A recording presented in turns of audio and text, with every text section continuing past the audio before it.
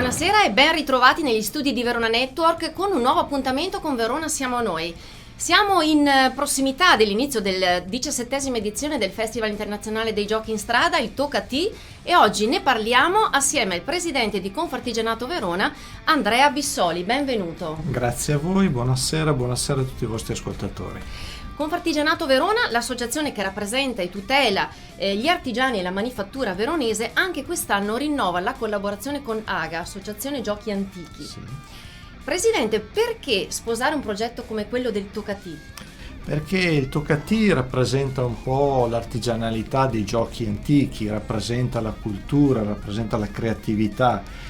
E cosa meglio di un artigiano dove all'interno della sua bottega possiamo trovare creatività, artigianalità, possiamo trovare il saper fare. Perciò fin da subito, quando ci è stato proposto questa collaborazione, abbiamo accettato con grande passione, grande interesse, proprio perché per noi era opportuno e vitale poter far conoscere anche le nostre imprese, i nostri colleghi associati all'interno di un contesto dove si parla di cultura, dove si parla anche di gioco, perché a volte anche l'artigiano, non dimentichiamo che costruiva il gioco del bambino, e negli anni lo abbiamo sviluppato assieme agli organizzatori del Tocatì, abbiamo sviluppato il Tobottega, quindi un progetto che è orientato nel far conoscere il nostro mondo artigiano all'interno di questo interessante, di questo bellissimo spettacolo, viaggio tra le botteghe del centro storico. All'interno della cultura veronese, non solo, comunque anche questo viaggio all'interno delle botteghe del centro storico,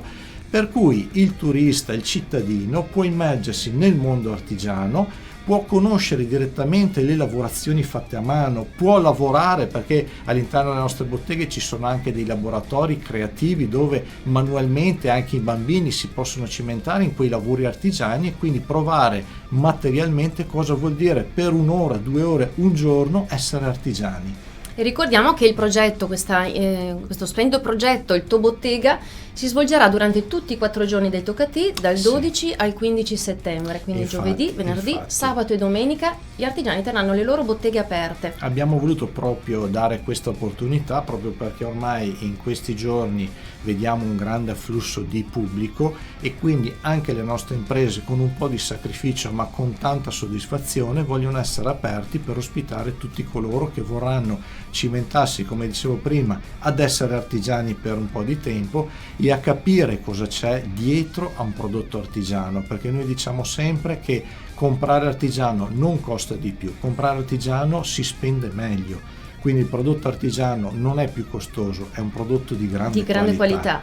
E ricordiamo un'altra iniziativa targata Confartigianato Verona, Confartigiani in Piazza, che si svolgerà invece nelle giornate di sabato e domenica. Ecco, anche lì in maniera un po' diversa, ma si vuole sempre presentare l'associazione al grande pubblico, perché comunque noi come associazione tuteliamo in prima fase le imprese associate, quindi anche tutte le imprese artigiane, però vogliamo essere vicini anche al grande pubblico, perché vogliamo dire anche al cittadino che c'è qualcuno che li tutela perché noi promuoviamo l'artigianato, quello sicuro, quello certificato, quell'artigiano che viene in casa tua con le capacità e le conoscenze di fare un buon lavoro e che sia certificato. Quindi una vera e propria vetrina di arti e mestieri. Esatto, all'interno di un contesto dove il gioco la fa da padrona, ma noi sappiamo bene che nel gioco c'è anche conoscenza, cultura, arte e spettacolo. Mi piacerebbe citare qualche laboratorio, qualcosa che hai accennato prima.